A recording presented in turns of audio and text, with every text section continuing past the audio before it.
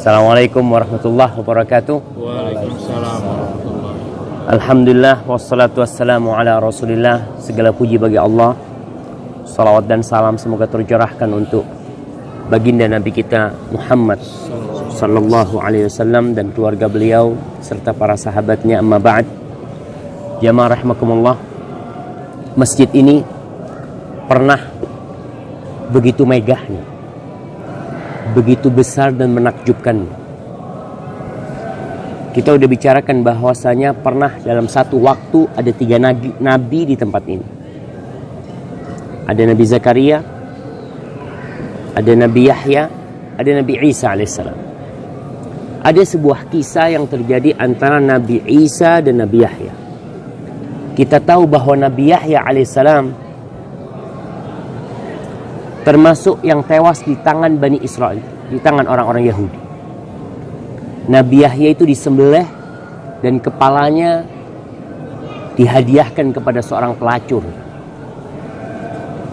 Karena sang raja ingin menikahi sepupunya sendiri yang pada waktu itu tidak diperbolehkan. Dan Nabi Yahya mengatakan secara hukum nggak boleh. Akhirnya Nabi Yahya dibunuh dan kepalanya dihadiahkan kepada pelacur tersebut. Na'udzubillah min dzalik. Dalam hadis riwayat Al-Harith Al-Ash'ari bahwa Nabi alaihi salatu wassalam berkata, "Innallaha amara Yahya bin Zakaria bi 5 kalimat an ya'mala bihinna wa ya'mura bani Israel an ya'malu bihinna wa innahu kada an yubti'a biha." Kata Nabi alaihi salatu wassalam, Allah memerintahkan kepada Nabi Yahya putra Zakaria dengan 5 perkara, agar dia mengamalkan 5 perkara itu. Dia mengamalkan 5 perkara itu lalu menyuruh Bani Israel mengamalkan. Nabi Zakaria hampir saja terlambat menyampaikan itu. Beliau sudah mengamalkan, tapi menyampaikan belum. Akhirnya datang Nabi Isa alaihissalam. Faqala Isa, kata Nabi alaihissalatu wasallam, lalu berkata Nabi Isa kepada Nabi Yahya, "Innallaha amaraka bi 5 kalimat li ta'mala biha wa ta'mura bani Israel an ya'malu biha." Wahai Yahya, kau ingat Allah memerintahkan kepadamu dengan 5 perkara agar kau amalkan dan agar engkau menyuruh Bani Israel mengamalkan. Fa imma an ta'murahum wa imma an amurahum. Kata Nabi Yahya, Nabi Isa alaihissalam, Yahya, kau ada pilihan, kau sampaikan atau aku yang nyampaikan. Karena Nabi Yahya tidak menyampaikan hal itu. Apa kata Nabi Yahya? Faqala Yahya, akhsha in sabaqtani biha an yukhsafa bi au u'adzab. Jangan, aku takut kalau engkau yang nyampaikan nanti, aku akan ditenggelamkan dalam bumi atau aku akan diazab oleh Allah Subhanahu wa taala. Gara-gara yang menyampaikan Nabi Isa alaihissalam. Padahal perintahnya buat siapa? Buat Nabi Yahya. Fajama'an nas fi Baitul Maqdis. Nabi cerita. Lalu Nabi Yahya mengumpulkan manusia Bani Israel di Baitul Maqdis, di sini di tempatnya. Famtala al-masjid. Masjid ini full penuh. 14 hektar nih jamaah. Full penuh. Waqa'adu ala syuruf. Akhirnya orang itu sampai duduk di balkon-balkonnya, di mana ada tempat mereka duduk di sana. Ana wallahu a'lam. Ini mukjizat bagaimana Nabi Yahya menyampaikan kepada semua orang pada waktu itu. Ana aja kalau ngomong di sini nih, yang sana nggak akan kedengeran. Tapi pada masa itu semuanya penuh. Lalu Nabi Yahya berkata, ini mungkin seperti kisah Nabi Ibrahim. Ketika Nabi Ibrahim selesai membangun Ka'bah, Allah mengatakan kepada Nabi Ibrahim, "Wa'adzin fin nasi bil hajj ya'tuka rijalan wa 'ala kulli dhamirin ya'tina min kulli fajjin amin." Ibrahim, kau undang orang-orang untuk berangkat haji. Bayangkan, Nabi Ibrahim bingung.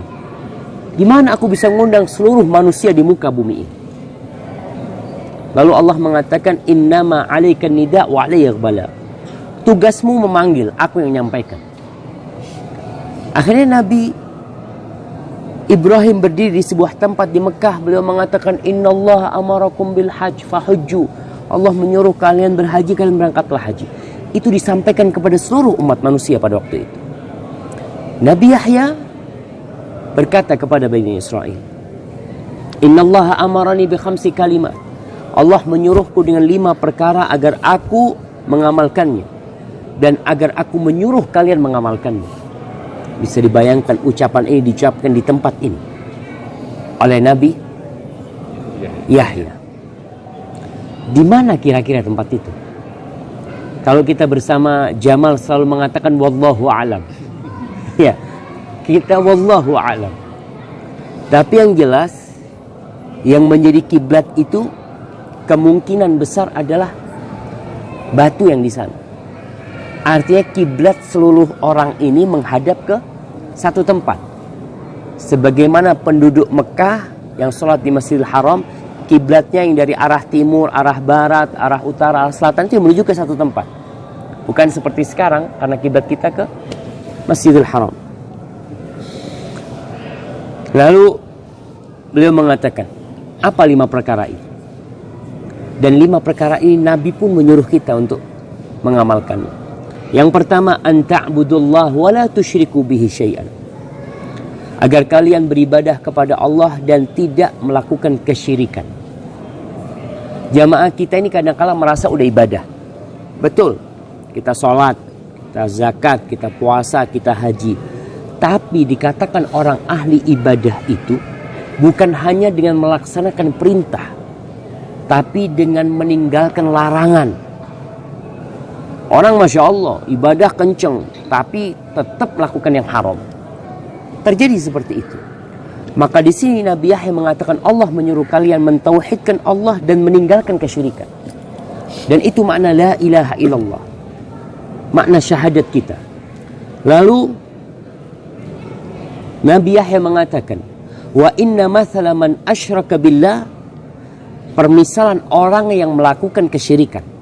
Kayak apa sih orang melakukan kesyirikan? Satu-satunya dosa yang tidak diampuni itu syirik. Kezaliman yang paling nyata. Pertanyaannya, kenapa? Orang berzina 1000 kali masih kemungkinan dia diampuni. Orang membunuh, melemparkan bom, membunuh 100.000 orang, masih ada kemungkinan dia diampuni. Tapi orang melakukan kesyirikan 1 kali, mati dalam kondisi berbuat syirik, nggak ada ampunan buat dia. Kenapa jemaah? Kenapa? Iya, memang dia menduakan Tuhan. Tapi kenapa kok berzina 1000 kali diampuni? Berbuat syirik sekali. Dia percaya kepada Allah. Yang lainnya, jamaah, karena orang itu tidak punya kecondongan untuk melakukan kesyirikan. Allah nggak ngasih syahwat untuk berbuat syirik. Tapi syahwat kepada wanita ada. Allah kasih tuh. Syahwat kepada harta ada. Syahwat kepada kekuasaan ada. Orang itu punya keinginan melakukan itu.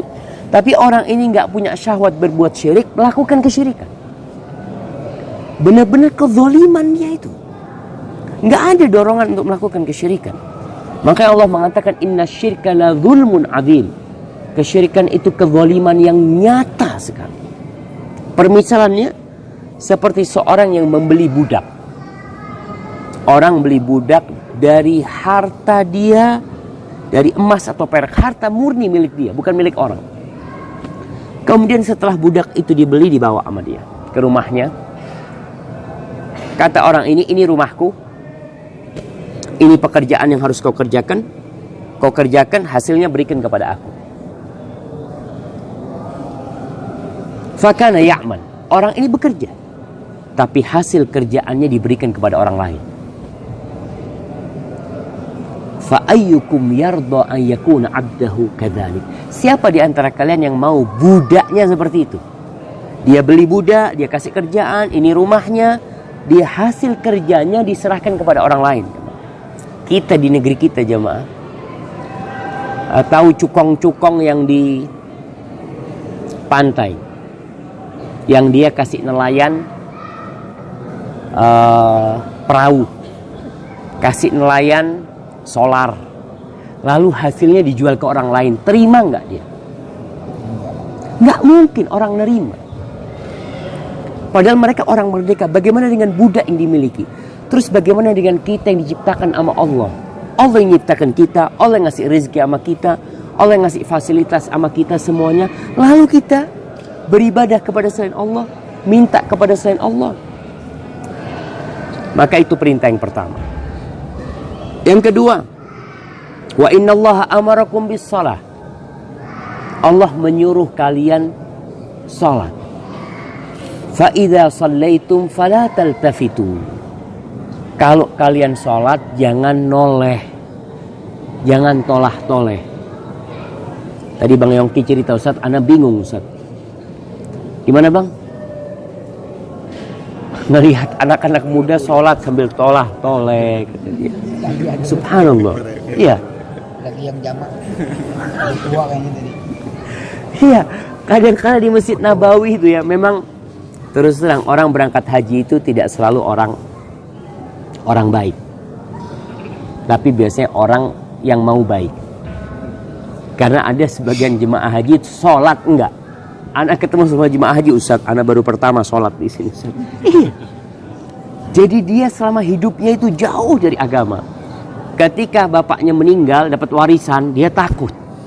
Warisannya buat berangkat haji sama dia. Dalam kondisi ilmunya masih sangat minim sekali seperti itu.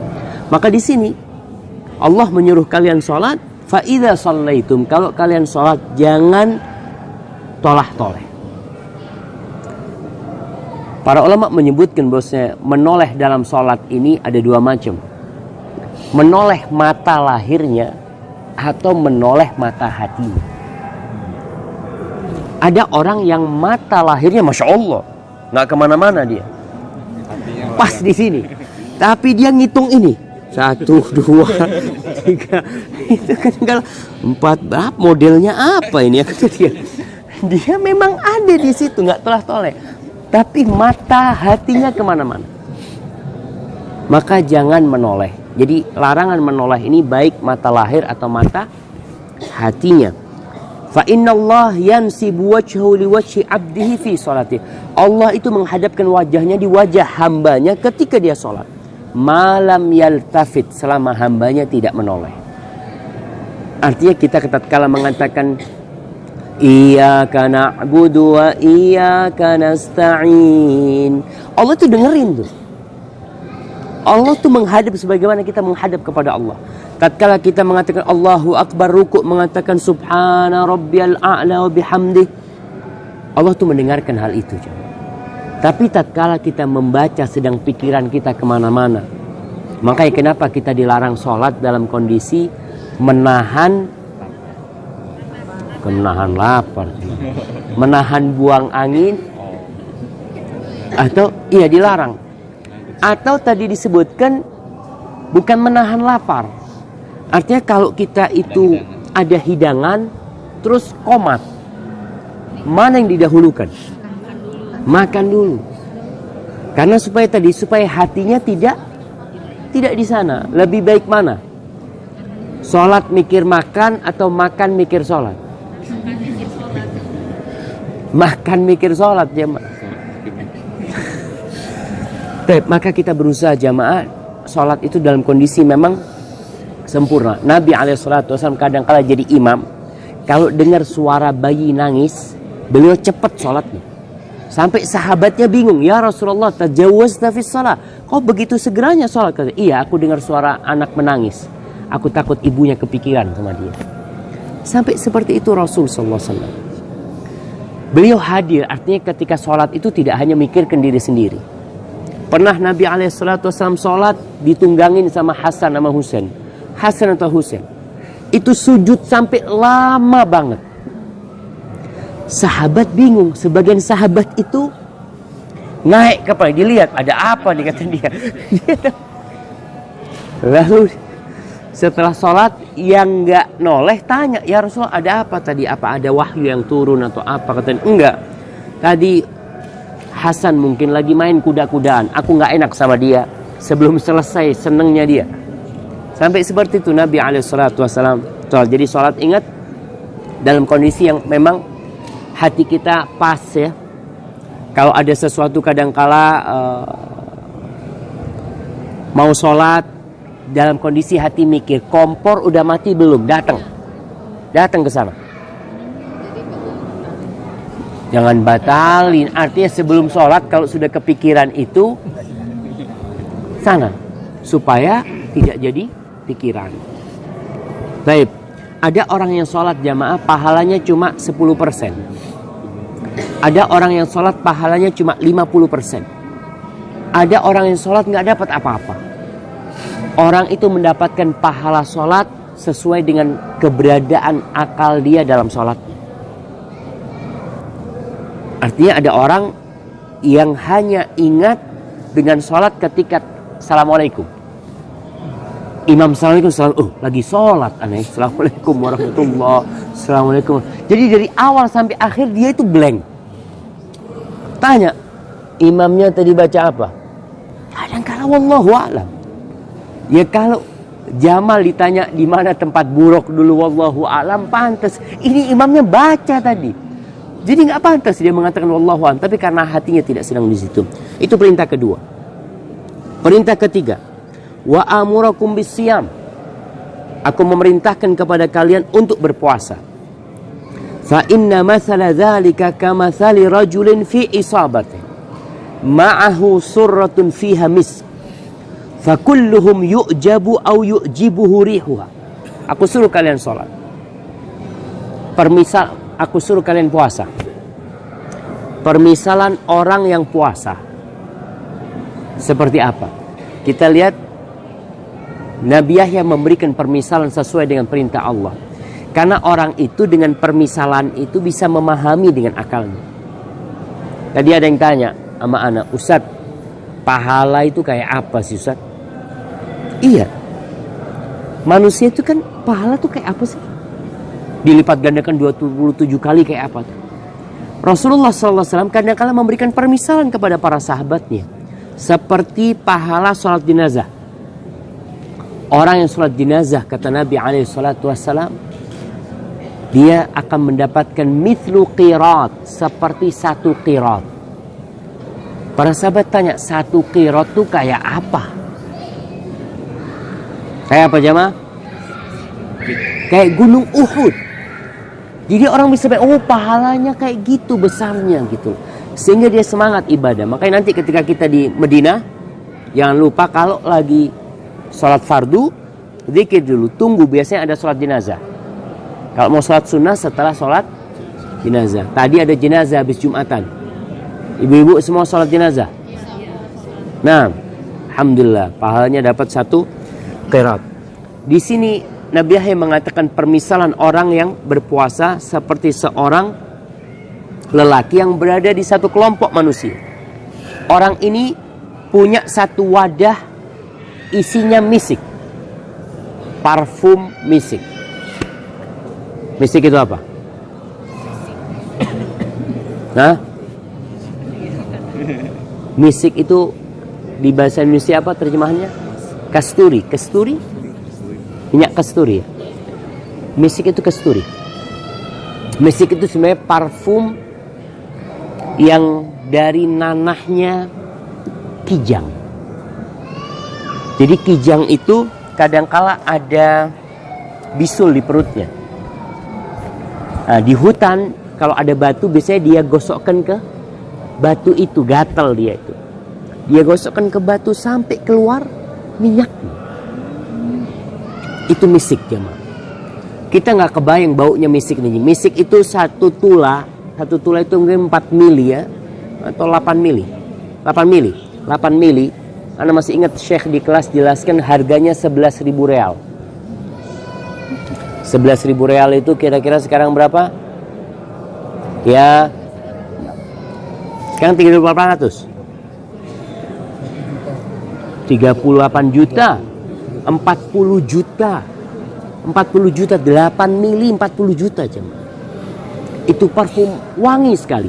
Orang yang puasa seperti orang yang punya misik. Itu orang di sekitarnya pada terkagum-kagum dengan aromanya. Wa inna rihas saim, bau mulutnya orang yang puasa itu lebih baik di sisi Allah daripada misik.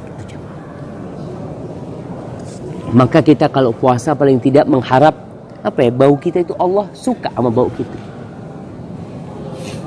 Dan orang yang puasa akan banyak terhalang dari banyak kemaksiatan. Dia lelah, dia capek, akhirnya kerjanya ngaji, kerjanya tiduran, sampai ada istilah tidurnya orang puasa ibadah. Enggak benar tuh jemaah. Artinya tidurnya orang puasa ya tidur, tapi kalau dia tidur untuk lebih kuat beribadah akan jadi ibadah. Baik, itu perintah yang keberapa? Ketiga. Perintah yang keempat, wa amurukum bis sadaqah, aku menyuruh kalian sedekah. Kita akan lihat ini rukun Islam yang 4. Yang pertama tauhid, yang kedua salat, yang ketiga puasa, yang keempat zakat. Sama. Yang diperintahkan oleh Nabi Zakaria kepada Bani Israel sama dengan yang diperintahkan Nabi SAW kepada kita. Aku menyuruh kalian bersedekah. Fa inna matsal dzalik, orang sedekah itu pahalanya kayak apa sih? Apa gunanya kita sedekah? Tadi kita kasih ke Syekh. Kadang-kala kita ada masjid kita masukin. Dapat apa sih kita dengan sedekah? Permisalan orang yang sedekah kamatsali rajulin asarahul adu. Seperti seorang lelaki yang ditawan oleh musuh. Ditawan oleh musuh. Fa'awthaqu yadahu ila unuqih. Dijelaskan oleh Nabi Zakaria, orang-orang ini mengikat tangannya dibelenggu ke lehernya. Wa qaddamuhu liyadribu unuqah. Dia akhirnya digiring untuk dipenggal kepalanya. Faqala, ketika dia mau dipenggal, orang ini ngomong, afdikum bil qalil wal kathir. Aku akan tebus diriku dengan hartaku yang sedikit dan yang banyak. Aku akan serahkan kepada kalian. Fafada nafsahu minhum. Akhirnya orang ini selamat dari azab itu. Begitu pula orang yang bersedekah. Dia itu sedang menebus dirinya dari api neraka. Dia bayar terus. Kita ajak di dunia jamaah. Ya, ketika anak kita, na'udzubillah, mudah-mudahan tidak ada yang bermasalah kena narkoba. Kita lihat orang anaknya kena narkoba, bayar berapa dia sama polisi? Tergantung. Sudahlah 100 juta keluar. Ketika kena lagi, dia bayar lagi. Terus dia bayar. Kepingin anaknya selamat. Tapi nanti pada hari kiamat, orang-orang kafir itu, yawaddul mujrimu law yaftadi yawma idzin bibani. Orang-orang yang melakukan kejahatan pada hari kiamat itu ingin menebus dirinya, walaupun yang menjadi tebusan adalah anaknya sendiri. Di dunia orang tua keluarkan harta untuk menebus anaknya. Di akhirat orang tua ingin anaknya jadi tebusan. Anak aku masuk neraka nggak apa-apa, yang penting aku jangan masuk neraka. Karena dia tahu azab Allah nggak kebayang jemaah. Wa sahibatihi yawaddul mujrimu law yaftadi yawma idzin yawaddul mujrimu. Allahu akbar. Law yaftadi yawma idzin bi akhi wa sahibatihi wa bani wa fasilatihi allati tu'yu min fil ardi jami'an tsumma yunji. Kalau anaknya nggak cukup, istrinya dia jadikan tebusan, saudaranya dia jadikan tebusan, belum cukup keluarganya semua, satu suku dia jadikan tebusan, satu bangsa Indonesia jadikan tebusan untuk satu orang. Belum cukup, waman fil ardi jami'an, kata Allah, semua penduduk bumi dia ingin mereka jadi tebusan diri. Subhanallah. Sekarang kita masih hidup, kita masih bisa nebus diri kita dengan apa? Dengan fulus, dengan uang. Kau tebus lagi. Artinya semakin banyak Allah kasih kau, semakin banyak seharusnya kau menebus dirimu dengan harta itu. Nabi SAW mengatakan, ittaqin nar walau bisyiqqi tamrah. Selamatkan diri kalian dari api neraka walaupun dengan setengah butir kurma. Artinya sedekah itu nggak harus orang kaya, orang miskin pun bisa sedekah. Setengah butir kurma. Kita lagi kumpul bersama, Wallah kita nggak tahu sodakoh kita yang diterima yang mana jemaah. Kumpul bersama ada kurma kita kasih fadhol. Kadangkala sodakoh air. Tadi kita pulang dari masjid ada yang sodakoh air. Orang kan kadangkala merasa remeh itu. Sodakoh itu remeh. Antum ingat jemaah, seorang wanita pelacur yang hanya memberi seekor anjing minuman. Bukan dia kasih daging, bukan dia kasih rum, kasih minuman. Masuk surga gara-gara itu, bayangkan. Dan seorang wanita masuk neraka gara-gara kucing. Hati-hati.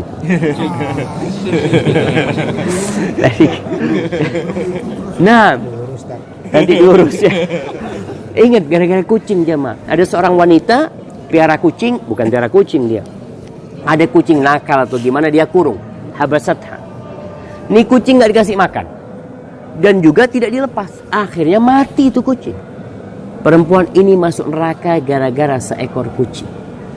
Kalau dia memang kita lihat di Indonesia, orang pada ngelihat semua bang. Di Indonesia orang kalau nggak suka sama kucingnya, jangan dikurung, buang. Dia akan bisa cari makan sendiri. Kau carikan tempat. Biasanya kita buang ke pasar ya. Dia bisa cari makan.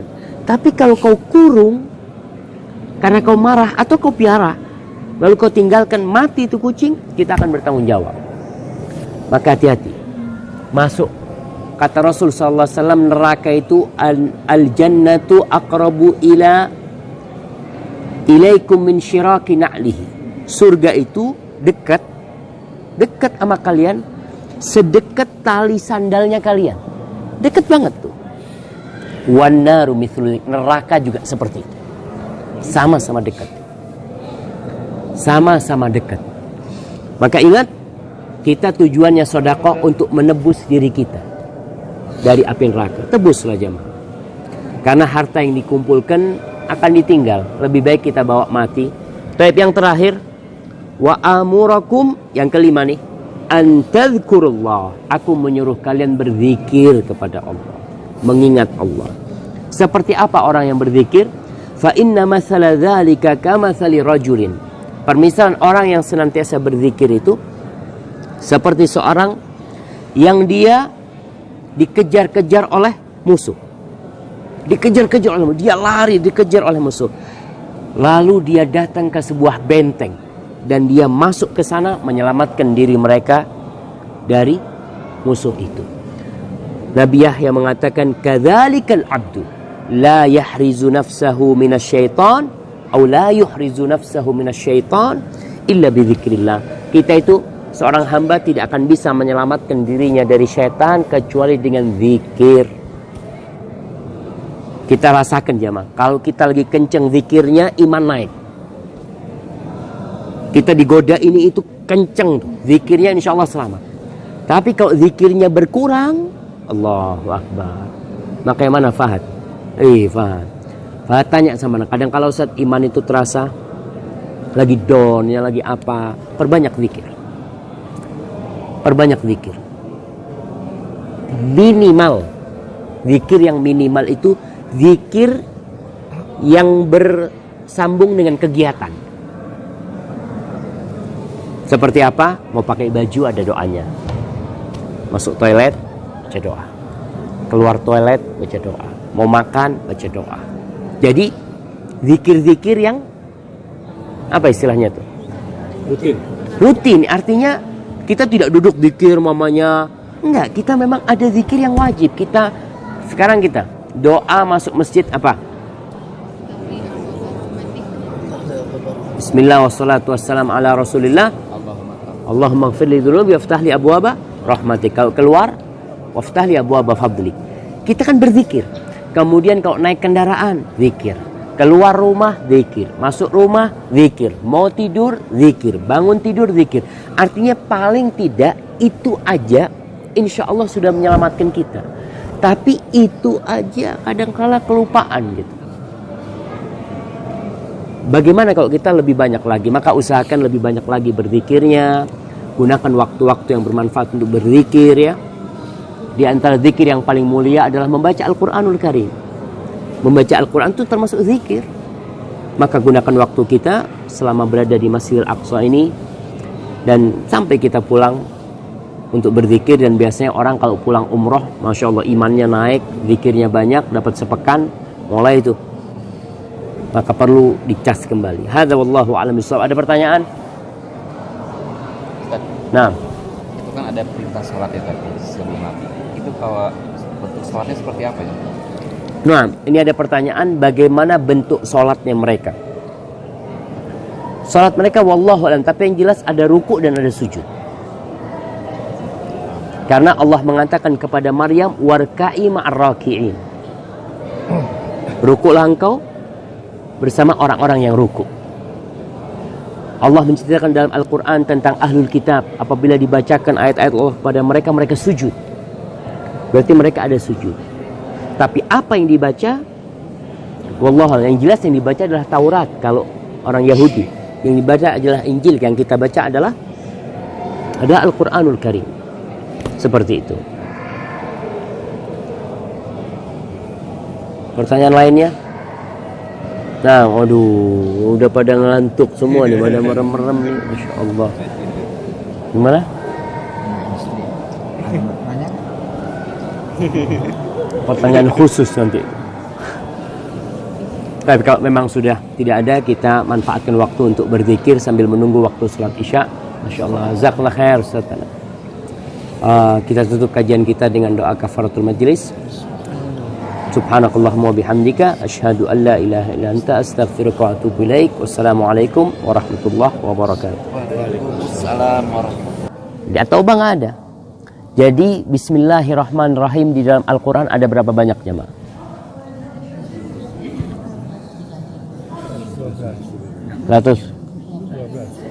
Surat itu ada berapa? 14. Berarti bismillahirrahmanirrahim ada berapa? Ada 114. 114. Karena di surat An-Naml, itu ketika Nabi Sulaiman dari sini nih. Ketika Nabi Sulaiman kirim surat kepada Ratu Balqis, waalaikumsalam warahmatullah. Masya Allah, jazakallah khair Ustazana. Allah yukrimukum. Jazakallah khair, Allah yubarik fikum Ustaz. Masya Allah. Masya Allah. Ya nih, banyak orang baik. Ada $5 lagi bang. Masya Allah. Untuk beli minum ya bang, betul bang. Masya Allah. Tuh, kita nggak tahu sedekah kita yang kayak mana yang masukkan kita ke surga. Bisa jadi roti air yang masukkan kita ke surga. Tapi Nabi Sulaiman ketika kirim surat ke Ratu Balqis di Sabah itu, yang siapa pembawa suratnya? Burung hudhud. Dilemparkan, dia mengatakan, innahu ulqiya ilayya kitabun karim. Telah dilemparkan, diberikan kepadaku surat yang mulia. Innahu min Sulaiman. Surat itu dari Sulaiman. Wa innahu bismillahirrahmanirrahim. Surat itu dimulai dengan bismillahirrahmanirrahim. Berarti ada berapa bismillah? Ada 114. Di sini perbedaan pendapat di antara para ulama. Apakah bismillahirrahmanirrahim termasuk dari Al-Fatihah atau tidak? Atau dia pembuka surat? Al-Imam Syafi'i berpendapat termasuk dari bismillah, termasuk dari Al-Fatihah. Sehingga wajib dibaca. Sebagian imam yang lainnya tidak.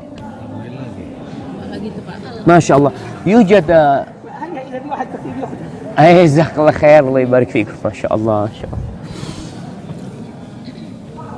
Sampai mana kita? Mana jadi pengen makan lihatnya. Iya, itu termasuk dari Al-Fatihah sehingga harus dibaca. Cuma membacanya apakah harus keras atau sir? Itu ada dua pendapat lagi. Kita bicara tadi kan? Ya, ini dua pendapat tadi kan? Pendapat mengatakan dia adalah awal dari setiap surat, bukan termasuk dari Al-Fatihah. Bukan termasuk surat tersebut. Pendapat kedua Imam Syafi'i di antara yang berpendapat kalau itu termasuk dari Al-Fatihah. Kalau nggak salah Imam Malik yang berpendapat itu bukan termasuk dari Al-Fatihah. Bukan termasuk dari Al-Fatihah. Cuma sekarang orang bertanya, Ustadz, kita kalau buka Quran mesti bismillahirrahmanirrahim di Al-Fatihah itu nomor 1, ayat pertama. Bukankah ayat Al-Fatihah itu 7? Kalau di surat lain kan memang nggak masuk ayat pertama, jelas Ustaz. Nah ini yang menjadi orang dulu nggak seperti itu. Kalau kita lihat Quran, mudah-mudahan di Madinah kita bisa melihat ya, Quran di masanya Utsman bin Affan itu memang tidak ditulis nomor di situ.